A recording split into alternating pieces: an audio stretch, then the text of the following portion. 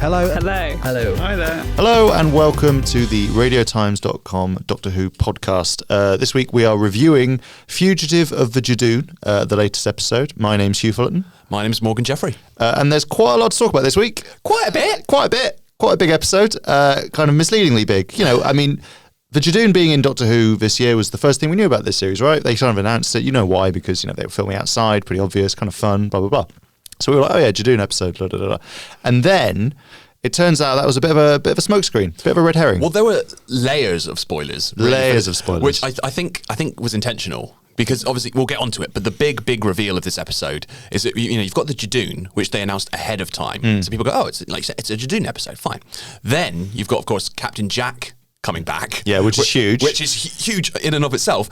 And then there's something else even bigger. It's like they kind of thought, well, we'll announce the Judoon thing, and then even if the Captain Jack thing leaks, we've got, you know, this ace up our sleeve. Definitely. I mean, we were talking about this earlier, and I think that in a way, looking back, we should have known that there wouldn't be an episode all about the Judoon, because there's never been an episode all about the Judoon. No, they are always a distraction. Yeah, in Smith and Jones, for their first appearance, it's more about introducing Martha, and it's about, you know, the Plasmavore and all this stuff. Like, and then after that, they're kind of just side characters. I mean, there's an episode of Sarah Jane Adventures where there's one who's in it a bit, but you know, but generally speaking, they kind of are always supporting characters. So we maybe should have known. But I think it's quite clever. Like, to be honest, like, I thought the Judoon stuff actually worked really well.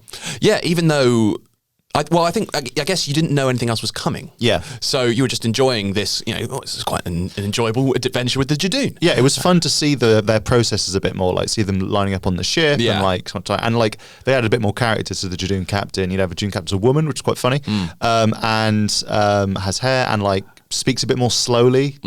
It feels like there's been a few sort of cosmetic tweaks to the Judoon. They've remade the head. The head is more robotic, because in the original, the mouth just moves a bit. This one kind of had a whole shifting face and head thing, which was cool. This is what people have tuned into this podcast for. They're like the Judoon chat. Judoon chat weekly. Yeah, we should probably get on to the good stuff. But you know, this is the thing about this worth saying about this episode. It's a really good episode. And the thing is, I think it would have been a good episode even without this massive revelation. Obviously not as good, but like compared to a lot of the episodes recently, I think even just the Judoon stuff was really good. Yeah, no, it was.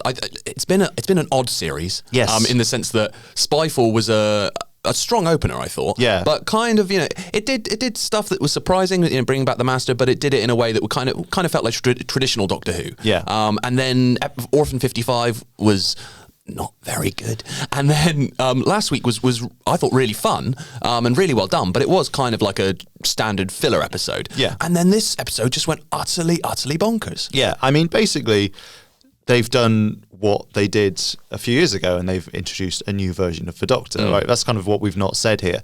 I mean, that's nuts. Like, that is a crazy thing to do. Like, no warning. Like, we really didn't see that coming. I think there was possibly some rumours online about something similar to this happening, but kind of vague. There were rumours that there might be, which I guess we'll get onto this in a moment, but there might be a reveal that there were Doctors before the first Doctor, William Hartnell, and that but there would be multiple Doctors, and they would all be women. So as far as we know, those rumours aren't exactly on the mark. And to be fair, if that does turn out to be true, that isn't something like Chris Chibnall necessarily invented, because Brainerd Morbius suggested there were lots of previous versions of a Doctor. Indeed. Wouldn't it be cool if they made them canon again? Like, the Morbius Doctors. As well as this one. Anyway. Yeah. But maybe we'll get onto that. So basically the sort of big twist of this episode is, you know, we see the Judoon are hunting somebody. You assume it's Lee Clayton, who's played by Neil Stuke, because he's a bit shifty. And his wife is Ruth, is his tour guide. It turns out Ruth's the one they're hunting, because Ruth is secretly a Time Lord, used the chameleon arch from Human Nature, Family of Blood, and hit it on a lighthouse, oddly. And then she turns out to be a Time Lord, but she's not just any Time Lord. I was thinking, oh my God, is this the Master? Is this another version of the Master? Changed again? No, she's the Doctor. Yep. She's, and like the proper one, like like they scan. As far as we know. Yeah, well, the Doctor scans and they're the same person, and she has police box TARDIS, and like she, you know, kind of says things we're slightly familiar with. Yeah. So it's a bit of a mind-blowing moment, right? Right, yeah, and it immediately poses all kinds of questions. So she appears to be from the Doctor's past. Yeah. There's all sorts of evidence that supports this. So, for example, she has an old-fashioned TARDIS interior that resembles the sort of 60s model. She says her ship So this is my ship. Yeah, like Hartnell used to. Which they made a big point of in 2017 in Twice Upon a Time, that he calls it his ship rather than... The ship, yeah. The ship Chesterton. And so there's that. The fact that she doesn't recognise the sonic screwdriver, which was something that the second Doctor used initially. So that would suggest that she's pre-second Doctor. Which makes... I mean, that's the kind of version you think makes the most sense, right? If she's an earlier Doctor than Hartnell, who was wiped, and then that's why the Doctor remembers her life from Hartnell onwards. I mean, I know the Doctor's age is a bit of a funny old thing, but there is a point to be made in the fact that, based on what the series has said, the Doctor had the longest of, apart from Matt Smith's Doctor, but the second longest life a Doctor had was as Hartnell. If you don't count Heaven Sent, where Peter Capaldi lived for 1 billion years. Okay, sure. But, apart from a couple of the Moffat Doctors.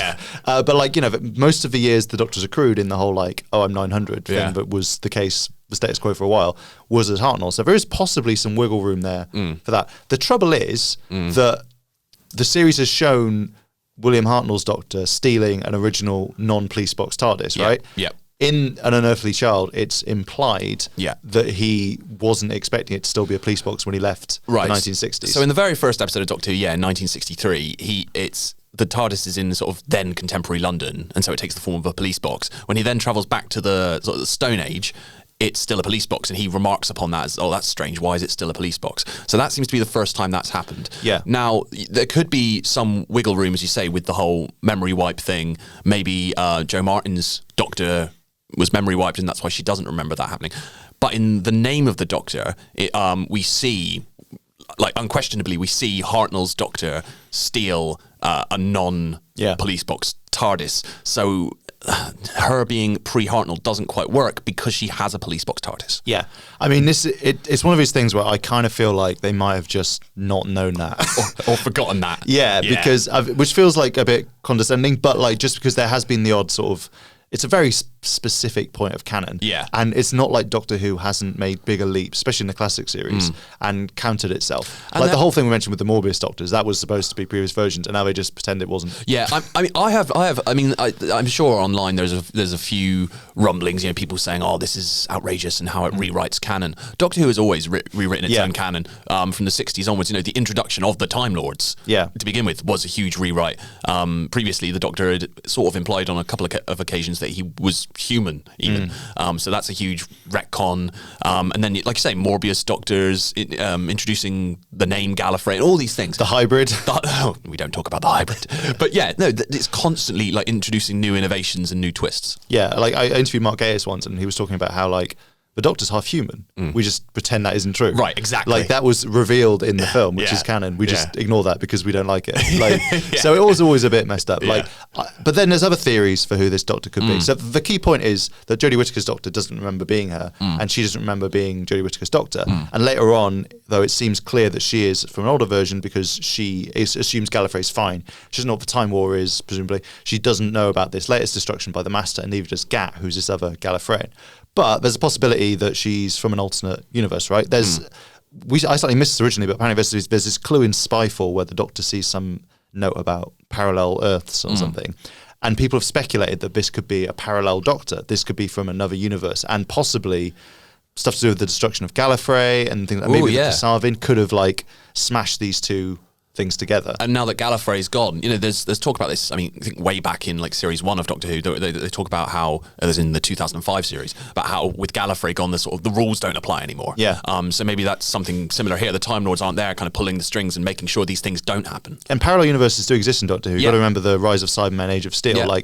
And there's a thing where I think David Tennant's Doctor says, you could pop to a parallel universe and be back in time for tea, but with the Time Lords gone, that isn't possible anymore. And they only do it by accident because I can't remember how that happened. I think Mickey overloads some circuit on the TARDIS. Yeah. So it's odd that the show hasn't used them parallel universes that much in a way. So it has once or twice, as you mentioned. There's Rise of Cybermen, Age of Steel. There's also Inferno, the John Pertwee story going back into the 70s. But what was interesting about those stories was in neither of them did we see alternate doctors. No, I did think that, to be honest. When they left Rose behind, I was like, is there another doctor who's going to turn up sort of never and find Rose? Really addressed. No, it's not ruled out. Like, there's no reason there wouldn't be Time Lords. Yeah. Another possibility is that, so the Doctor, sort of when she's ruminating at the end in the TARDIS, sort of says, the Master and Gallifrey and this new Doctor, it feels like time is swarming around me, or words to that effect. So I'm wondering if some force, this force that's hunting the Doctor, has somehow tweaked her personal timeline, gone back into the past, changed the Doctor's past, so that now the Joe Martin Doctor is a past Doctor, but because the Doctor, our Doctor, Jodie Whittaker's Doctor, is outside of time, she doesn't remember this change being made to her past. Well, it's sort of maybe a bit like when there was that crack in the Stephen Moffat era and people sort of were erased and couldn't be remembered. Like, even though that didn't really make sense because there were still photos of Rory around.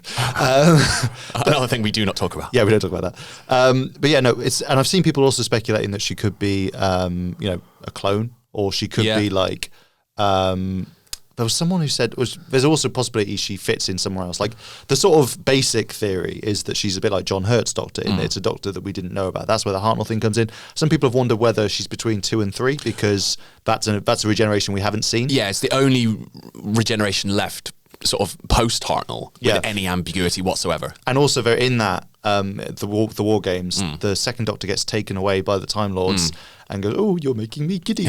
You're making me giddy." Yeah, and then we just see him come out of the TARDIS as John Pertwee. Yeah. I mean, I've sort of seen some people speculating this online. What if the thing of like, the Doctor's employed by the Time Lords, she has to escape the Time Lords. What if that's what happens after the War Games? This does tie into. So there's been a long-running fan theory, which is it's basically based on the fact that when Patrick Troughton returns to Doctor Who later, after he's left for multi-Doctor stories, first of all, he looks older.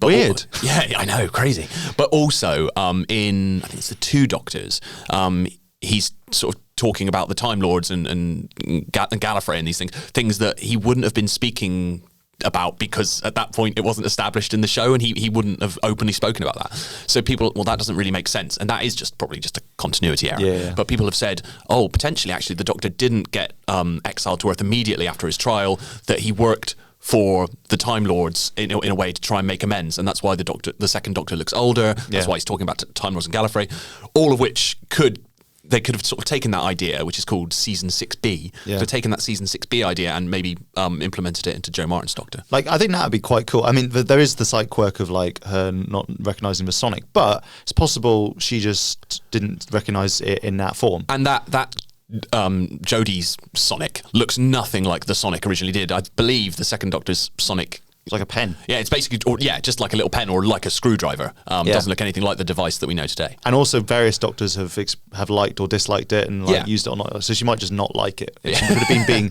dismissive rather than unknowing, if that makes sense. Yeah. So there's a lot of theories. I think the thing that would disappoint me is if it turns out she's just not the Doctor and it's a fake out. Same. Because that would be just super lame. It would be lame. And also, I think, this has attracted a lot of attention, quite rightly, in the fact that Joe Martin is the first, actor of colour to ever play the Doctor. And if you were then to reveal that that's not the truth, I feel like that's just a terrible idea, right? That's going to provoke a deserved backlash. Definitely. Like, I think already, like, you can take the point that like they're getting the kudos for having cast the first actor of colour as a Doctor, but they haven't, structured a new series around a new Doctor who is an actor of colour. They've just said, it's like John Hurt, right? It's like, here's this Doctor you didn't know about, and like who will presumably be in the series a bit going forward. Like presumably again this year, we don't know, but I'd assume she'll be back. But she's not the lead. No, she's not the lead. So it's kind of, you can kind of have your cake and eat it too. Yeah. And that's fine. That's totally fine. But like if they then were like, lol, joking.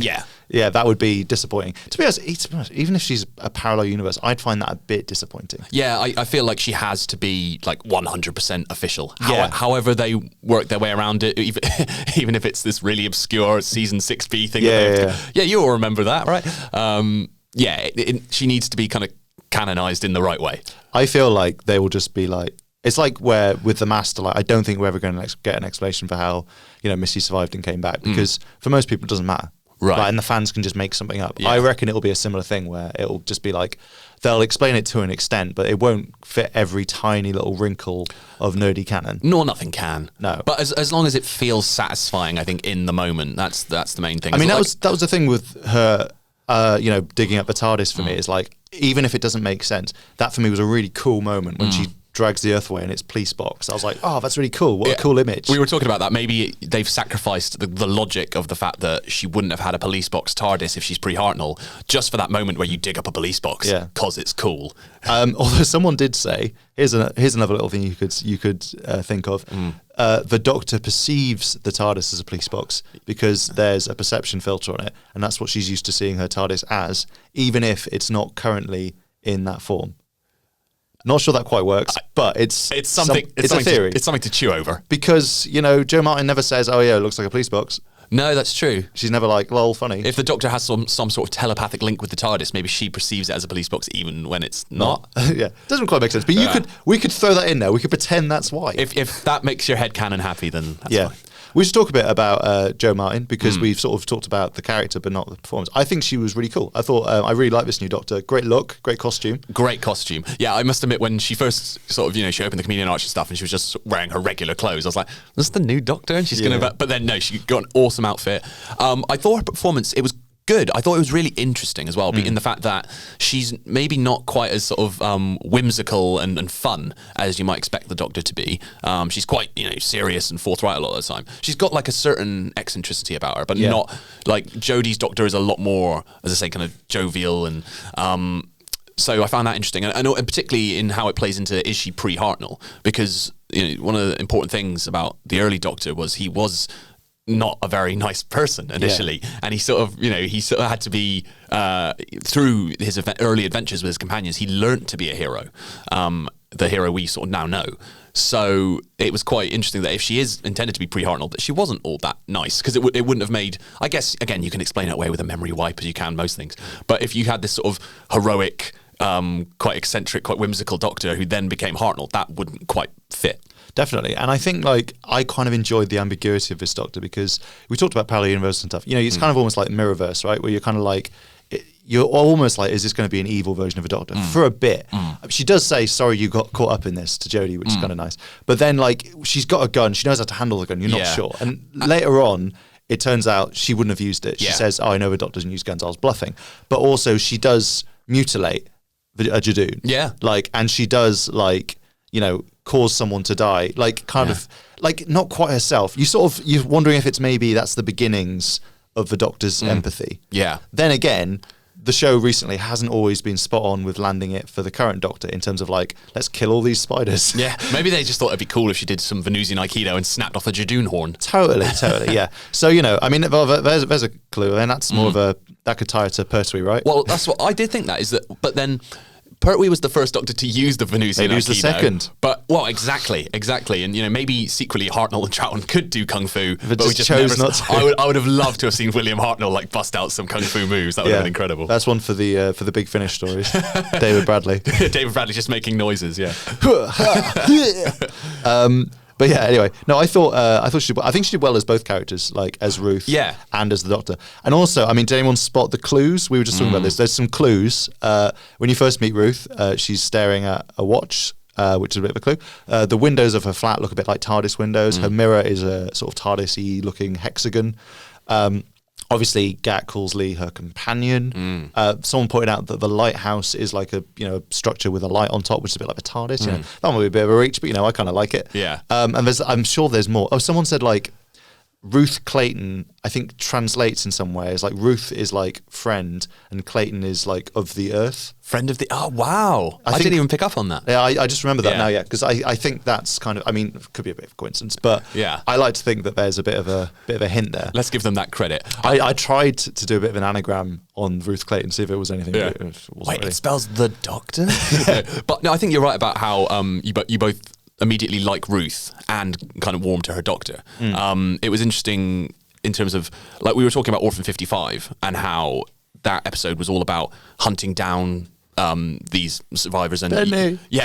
Benny, and you didn't really care about them, so you didn't really care when they died. And whereas this episode, you immediately cared about Ruth in quite a short space of time. Totally. I think that was partly down to the writing, the way it was structured, but also a big part of that was her performance. I think as well, starting with her. Like, I saw some people saying like a day in the life. Yeah, I saw a bit like Rose, in that first thing. I liked, someone made the point that like, it's, we don't always start an episode with a character who's not the Doctor.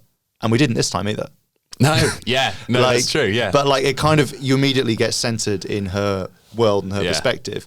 And then, to be honest, like, it's one of those things where like, if you just sort of lay out the facts of the episode and say them, it sounds a bit weird and lame. But in the episode, it's done so well. Not just because it's cool to have a new Doctor, but it's such a great drip feed mystery. And I was kind of like, when she was sort of saying stuff about, my parents, I wouldn't get on with them. I never want to go back to this lighthouse. I just don't like the vibe.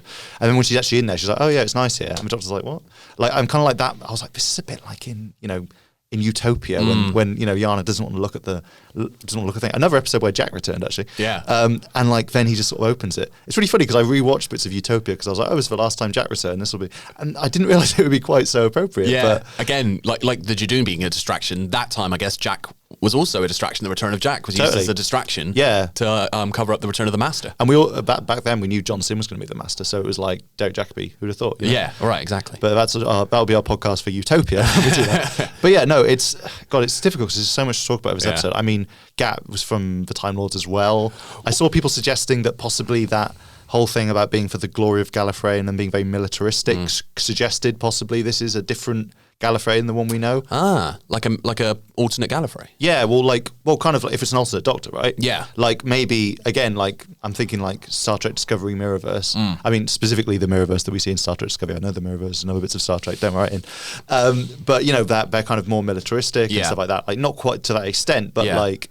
I don't know, like I feel like the Time Lords weren't very big on the old laser rifles, hiring Judoon. Why did they hire Judoon? Well, the whole presence of the Time Lords in this episode I found a bit confusing in the sense that if Gallifrey is destroyed, but the Doctor can still encounter Time Lords in their past from before Gallifrey was destroyed. Why does it matter? Yeah, isn't time just relative then? Like, if it goes to Gallifrey when it wasn't blown up. Right, exactly. So that doesn't make a whole lot of sense, but I guess the explanation for that is that the Doctor isn't supposed to cross her own time stream, and that's why she can't do that, I guess. Although the Doctor has continually crossed time streams with another thing where the Doctor's like, oh, we can't have two TARDIS in the same place. I was like, that happens all the time. In David Doctor they had 3 in a row. Yeah, exactly. And they had like 13 spinning around the Earth. Yeah, and it was really cool. Yeah, do that again. She's like, oh no, 2 Time Lords in the same place, that's an abomination. I was like, this happens all the time. All the time. You'd think this would happen a lot more because some Time Lords probably aren't as adventurous as the Doctor and would just sort of go to old favourite places and be like, oh God, sorry, I forgot that was you.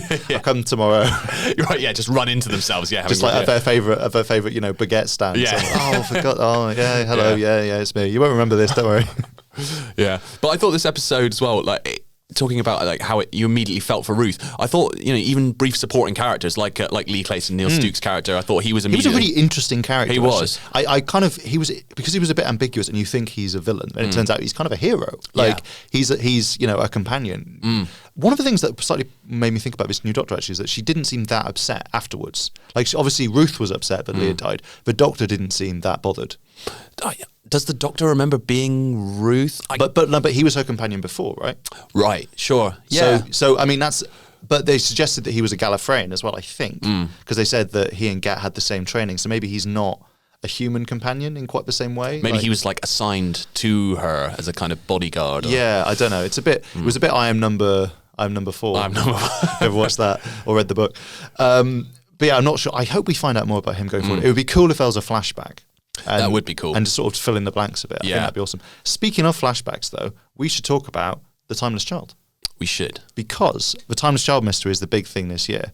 And it would seem like... Well, one of the big things this year. It's not even... We'll talk about The Lone Sideman in a second. But The Timeless Child thing is the big mystery this year, more or less. And you'd think this episode didn't really move it along very much, apart from Gallifrey still destroyed each other like that. But a lot of people have pointed out that we see a tiny vision of The Timeless Child in Spyfall Part 2.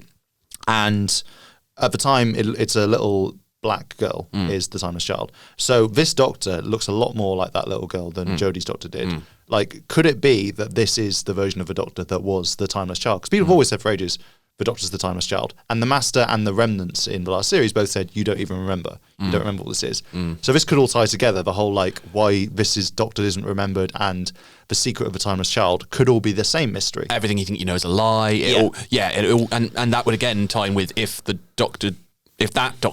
Timeless Child was mind wiped, that's why the Doctor doesn't remember. That's what I mean, yeah. Doesn't remember Joe Martin's Doctor and doesn't remember anything about the Timeless Child. I saw someone suggesting that this could mean the Doctor is the first Time Lord. And that's possibly why she's so significant and why she's kind of had such an unusual life, and also why she doesn't remember this stuff. And then someone said, but maybe that's why the Master destroyed Gallifrey, because he was so upset by what they did to his friend, the Doctor.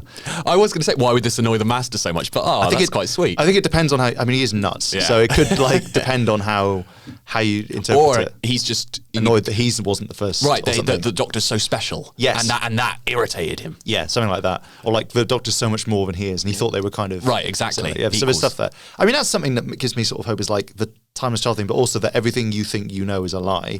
Like that suggests that this is like something that was always there, and not like some change that's happened to the time stream. No, definitely. Yeah, that's true. Yeah, I mean, I'd hope so anyway. But yes, we're going on a bit. There's a lot to talk about in this episode. I'm just going to briefly touch on the lone Cyberman, right? Because that's another little arc he thinks about. In a normal episode, Captain Jack comes back, warns of something. We'd be like, oh, here's the main thing. Yeah. We actually did talk about Captain Jack in more detail in our other podcast, which you can get online on the Radio Times YouTube channel and other places. But the one thing we didn't talk about is Jack gives this kind of ominous warning. He says, oh, beware the lone Cyberman. Don't give him what he wants. And I was like, why would you? But I mean, maybe the Doctor's put in a position where that's the only option. But anyway, basically, we know there's Cybermen turning up. We've seen a really battered Cyberman. Jack says... Alone. Yeah. He's alone. Jack says the Cybermen are almost dead. They should stay that way. You know, maybe this... It's interesting to have a sort of double arc going on. But I think we're supposed to see the Cybermen not the next 2 episodes, but maybe episode 8. I think the Cybermen's maybe meant to turn up. And it seems like that could maybe be a big thing as well, right? Yeah, and I mean, maybe it's all linked. Like, we've sort of come up with a theory as to how this new Doctor and the Timeless Child could be linked. Yeah. Maybe the lone Cyberman is also part of the same thing. Maybe, or maybe it's something else. Maybe that is, as you say, something that plays out in episodes, is it 8 and 9? Yeah, and I mean, maybe the Timeless Child thing isn't solved this series. Maybe... Well, Jodie Whittaker has suggested, hasn't she, that she may have just been sort of, just trying to distract us. Like John Barrowman saying, oh, I don't know, no plans. Yeah, right, exactly. We've learned to trust no one. But Jodie did suggest that maybe the Timeless Child arc wouldn't be solved this series, and it might be next series. Yeah. And that Christian will have this master plan. Yeah. Or Doctor plan in this case. Yeah. But I guess we'll find out what Jack was getting on about, and whether he comes back as well. I would hope we'd see this new Doctor before the end of the series again. I think it would be a bit disappointing. I think we will. I mean, we have to, right? I think so. Maybe the Timeless Child is like the grander arc that's playing out. Yeah.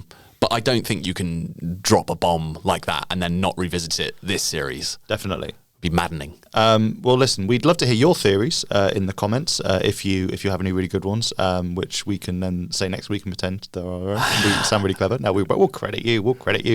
But yeah, overall, I'd say this was a great episode, right? Like, possibly the best in a couple of years. Yeah, I think Doctor Who now feels more exciting than it has in a long, long time. Yeah. Like, there have been some good episodes, don't get me wrong, some really good episodes in the past couple of years, but this is the most excited I've been, I think, throughout the Jodie Whittaker era. It was one of the few episodes where I watched the episode and immediately wanted to watch it again. I think, like, the stuff with the Master and Spyfall was exciting and made me excited, but I was sort of set off other things I was a bit more, ambivalent about. Whereas this, I liked pretty much all of it. Like, I liked the episode even before the big twist. And that was surprising, bringing back the Master, but as I said, it's something the show has done before and will do again. It's technically this is something the show's sort of done before. With that's true. Mysterious extra. But it felt a little more like they were just throwing everything out and just being like, you have no idea what to expect here. Definitely. We'll be back next week for hopefully a slightly more relaxing episode, slightly more chilled. Yeah. And we'll still be spending all our time wondering who the Timeless Child is, who's Ruth, who's the Doctor, where's this Doctor fit in? Who's the lone Cyberman? Who's the lone Cyberman? Is that is the lone Cyberman the Timeless Child? Oh, we haven't gone that route yet. Oh, it's all connected. It's all connected. But yeah, I think, props to Vinay Patel and Chris Chibnall for delivering a great episode. We haven't actually said who wrote the episode. Nice work, lads. I'm sure this means a lot to you. You listen every week. But yeah, thank you for listening. As I said, we'll be back with another podcast next week. And yeah, hopefully we'll have more exciting stuff to chat about, but we shall see. Next week is Praxeus, written by Pete McTee and Chris Chibnall, and the Doctor and co are chasing after mysteries, which we see at the end of this episode. But for now, thank you very much for listening. I've been Hugh Fullerton. I've been Morgan Jeffery. And this has been the RadioTimes.com Doctor Who podcast.